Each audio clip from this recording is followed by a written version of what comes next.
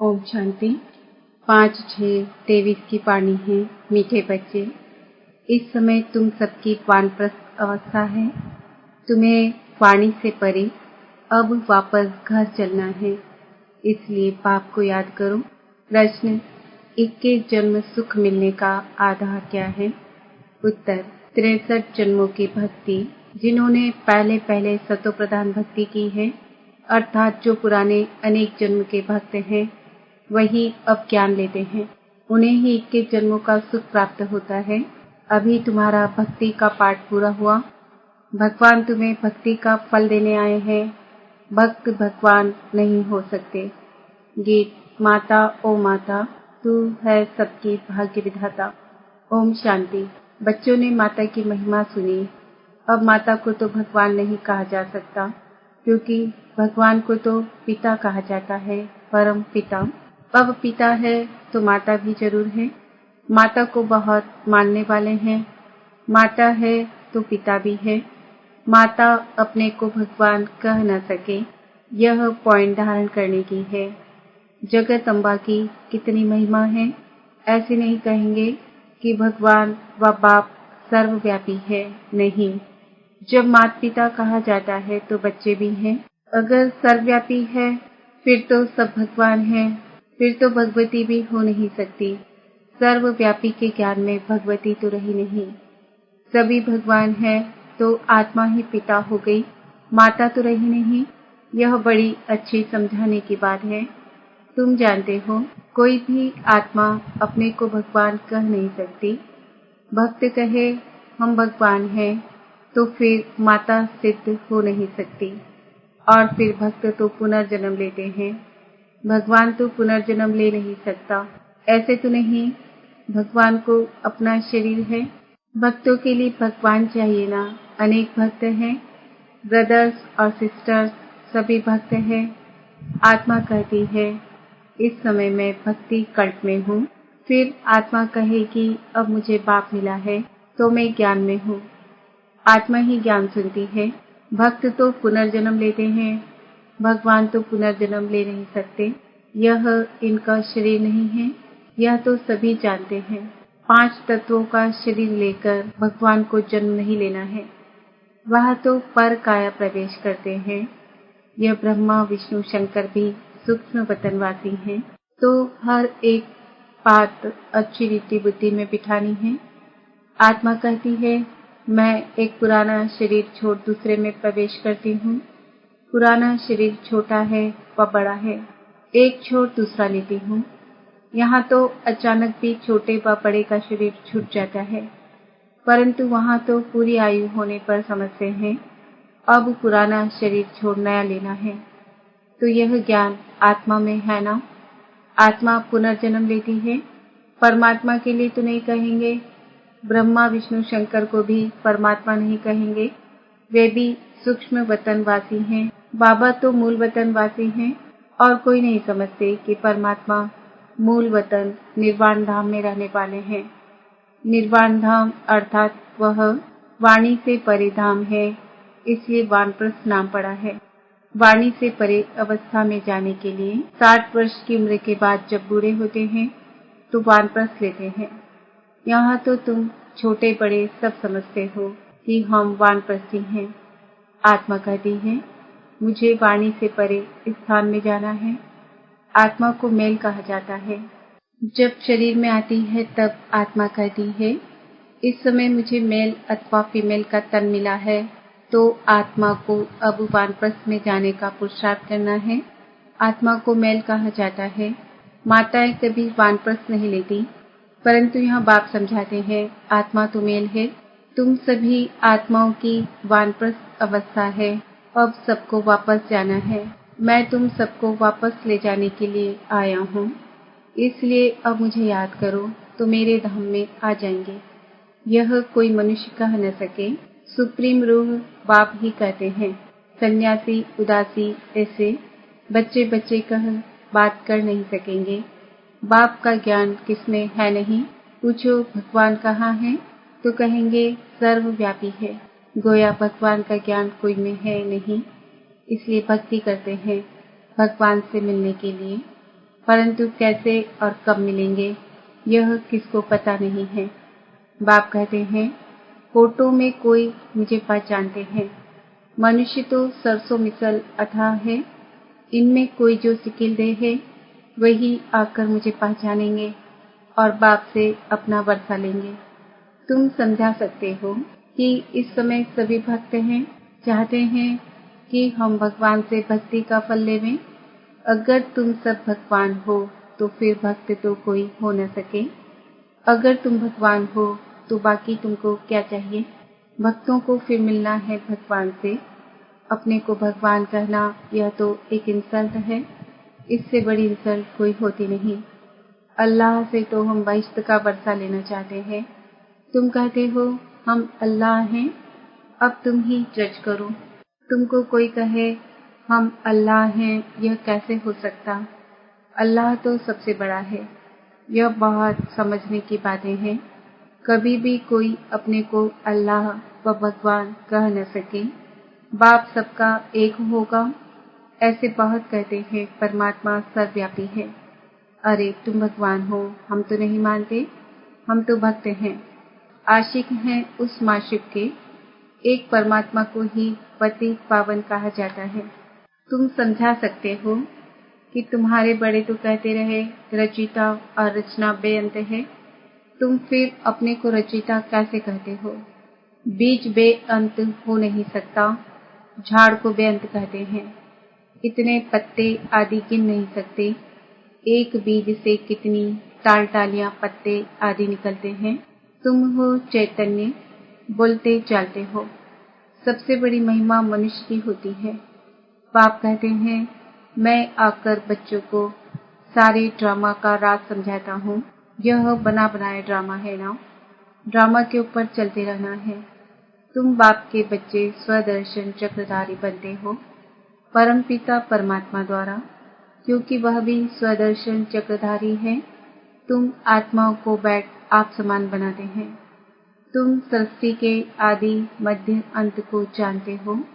तुम नई दुनिया के लिए, नए धर्म की स्थापना के लिए नई बातें सुनते हो परमपिता परमात्मा से, जो सृष्टि को भी पावन बनाते हैं, तुमको भी नया बनाते हैं।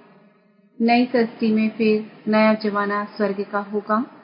अभी तो नर्क का जमाना है। तुम नर्क के जमाने में हो।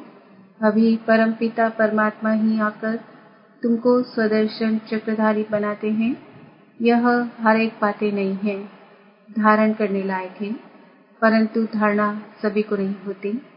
धारणा होने से खुशी का नशा रहता है।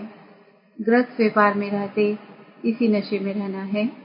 स्त्री अथवा पुरुष हर एक को स्वदर्शन चक्रधारी यहाँ ही बनना है। बाकी भुजाएं तो हर एक को दो ही हैं। मनुष्य जो 84 जन्म लेते हैं, उनको 4 भुजाएं तो हो नहीं सकती। तुम ऐसे कभी नहीं सुनेंगे कि शंकर को 100 या 1000 भुजाएं हैं। ब्रह्मा को भुजाएं दिखाई है। 4 भुजा वाले ब्रह्मा के पास गया, 1000 भुजा वाले पास गया। ब्रह्मा की संतान वृद्धि को पाते रहते हैं, तो कितनी भुजाएं हो जाएंगी। रजा पिता है ना, सृष्टि रची है तो बरोबर बाहें हैं। बाकी मनुष्य कोई 4-6 भुजा वाले होते नहीं। सूक्ष्म वतन में तो कुछ है नहीं। यह सब बाप बैठ समझाते हैं। कहते हैं दादा ने बहुत शास्त्र पढ़े, गुरु किए हैं, वह है भक्ति मार्ग। तुम्हारा भक्ति का पाठ पूरा हुआ। तुम ऑलराउंडर हो। शुरू से लेकर तुमने सबसे जास्ती भक्ति की है। भक्त तो इस समय बहुत है, तुम तो थोड़े बच्चे हो। बाबा कहते हैं, मैं तुमको साक्षात्कार कराता हूँ। कई भक्त याद करते हैं, उनको भी साक्षात्कार कराता हूँ। तुमने ही सतो प्रधान भक्ति की है, तो जरूर तुमने ही जास्ती जन्म लिए हैं। 63 जन्म तुमने भक्ति की है, उसकी एवज 21 जन्म तुमको सुख मिलता है। तुम्हारा गुरु कौन? गुरु किया तो जरूर भक्त ठहराना। तुम ही भगवान हो तो गुरु क्यों किया? भगवान भगवान को गुरु कैसे बनाएगा? भक्त भगवान से मिलने के लिए गुरु करेंगे। तुम भगवान खुद ही हो, बाकी गुरु से क्या बनेंगे? मल्ल युद्ध में बड़ा युक्ति से लड़ते हैं। कहाँ से फलाने को अंगूरी लगाऊं, तीर मारूं। मनुष्यों ने आदि देव ब्रह्मा को महावीर कह मुझा दिया है। कोई महावीर को हनुमान कहते, क्योंकि हनुमान ने महावीरता दिखाई है। कहाँ वह महावीर, फिर उनका नाम पवन पुत्र रखा है। आदि देव तो ब्रह्मा है और मनुष्य है। जगत अम्बा भी मनुष्य है। इतनी भुजाएं आदि कहाँ हैं। माताओं को इतनी भुजाएं हो तो हमको भी होनी चाहिए। वंडरफुल बातें हैं। ऐसे नहीं सभी धारण कर ज्ञान के उस नशे में रहते हैं। नंबरवार है। उन सत्संगों में कोई ऐसी बात नहीं रहती। यह तो स्कूल है। नंबरवार बच्चे हैं। कोई को माया का तूफान आया और यह गिरा, इसलिए ब्राह्मणों की माला नहीं बन सकती है। फाइनल जब बनेंगे तो उसको रुद्रमाला कहेंगे। तुम रुद्र शिव बाबा की संतान हो। रुद्र यज्ञ रचते हैं तो रुद्र का बड़ा चित्र बनाते हैं। बाकी छोटे छोटे शालिग्राम बनाकर पूजा करते हैं। बाप बैठ को ये बातें सुनाते हैं। जो सर्विसेबल बच्चे होंगे उनको अच्छी रीति धारणा होगी और समझा सकेंगे। यह तो बड़ा सहज है। हम आत्मा हैं, कहते हैं ब्रदरहुड हैं। आत्माएं सब भाई भाई हैं। भाई भाई कह फिर आपस में लड़ते हैं। जब कहते हो ब्रदरहुड है, फिर फादरहुड कैसे कहते हो। सब ईश्वर कैसे कहते हो। सब भगवान भाई भाई कैसे हो सकते हैं। वह तो सब आत्माओं का बेहद का पाप है। कितनी सहज बातें हैं। तुम जानते हो ब्रह्मा द्वारा नई दुनिया की स्थापना होती है, फिर आहिस्ते आहिस्ते बढ़ती है। 1 से 2, 2 से 4 होते हैं। ऐसे वृद्धि को पाते रहते हैं। बरोबर प्रजापिता ब्रह्मा है तो जरूर नई सृष्टि रचता होगा ना। जगत पिता वह है रचने वाला। तुमको रचा है। प्रजापिता ब्रह्मा द्वारा नई प्रजा की रचना रचते हैं, अर्थात पुरानी को नया बनाते हैं। मनुष्य फिर समझते हैं सागर में पीपल के पत्ते पर आया। अच्छा, उसको फिर किसने रचा। यह बाप बैठ समझाते हैं कि नई प्रजा कैसे रचते हैं। वहां स्वर्ग में गर्भ में जैसे कि क्षीर सागर में आराम से बैठे हैं। उस समय कोई ज्ञान नहीं रहता। शास्त्रों में तो कैसी बातें लिख दी है। प्रलय भी बड़ी और छोटी दिखाते हैं। वह कहते हैं प्रलय होती है। बाप कहते हैं प्रलय कभी होती नहीं। मैं आता हूँ ब्रह्मा द्वारा भारत को पतित से पावन बनाने। पतित दुनिया में मुझे आना पड़ता है। तुम जानते हो कल्प कल्प हम बच्चे बाप द्वारा भारत को पतित से पावन बनाते हैं। एक एक को भू भू करते हैं। सब विकारी पतित हैं। बाप है पतित पावन। उन द्वारा हम भी खुदाई खिदमतकार बनते हैं। हम भी पावन बनते हैं और बनाते हैं। अच्छा, माता पिता बाप दादा का मीठे मीठे सिकिलदे बच्चों प्रति याद प्यार और गुड मॉर्निंग। रूहानी बाप की रूहानी बच्चों को नमस्ते। हम रूहानी बच्चों की रूहानी माता पिता बाप दादा, रूहानी बच्चों की रूहानी माता पिता बाप दादा को याद प्यार गुड मॉर्निंग नमस्ते ओम शांति। धारणा के लिए मुख्य सार। इस बने बनाए ड्रामा पर चलते रहना है। ज्ञान का सिमरन कर स्वदर्शन चक्रधारी बनना है। सदा खुशी में रहना है। भक्तों को भगवान का सत्य परिचय देना है। भटकने से छुड़ाना है। ब्रह्मा की मददगार पूजा बन खुदाई खिदमतकार बनना है। वरदान, अपने शुभ भावना के संकल्प से हर आत्मा में उत्साह भरने वाले सच्चे सेवाधारी भाव। आप बच्चों की शुभ भावना है कि हर आत्मा बाप से प्राप्ति की अंजलि ले लेवे। इसी शुभ भावना का फल उन आत्माओं को अनुभव करने का बल मिलता है।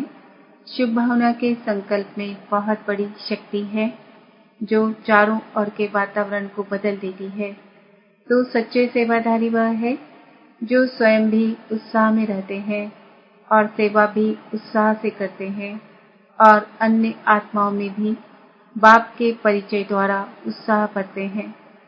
उत्साह ऐसी चीज है जो उसके आगे परिस्थिति कुछ भी नहीं। वह वार करने के बजाय बलिहार हो जाती है। स्लोगन: बाप दादा से अटूट प्यार हो तो ईश्वरी मर्यादाओं पर चलना सहज अनुभव करेंगे। आज का समाचार।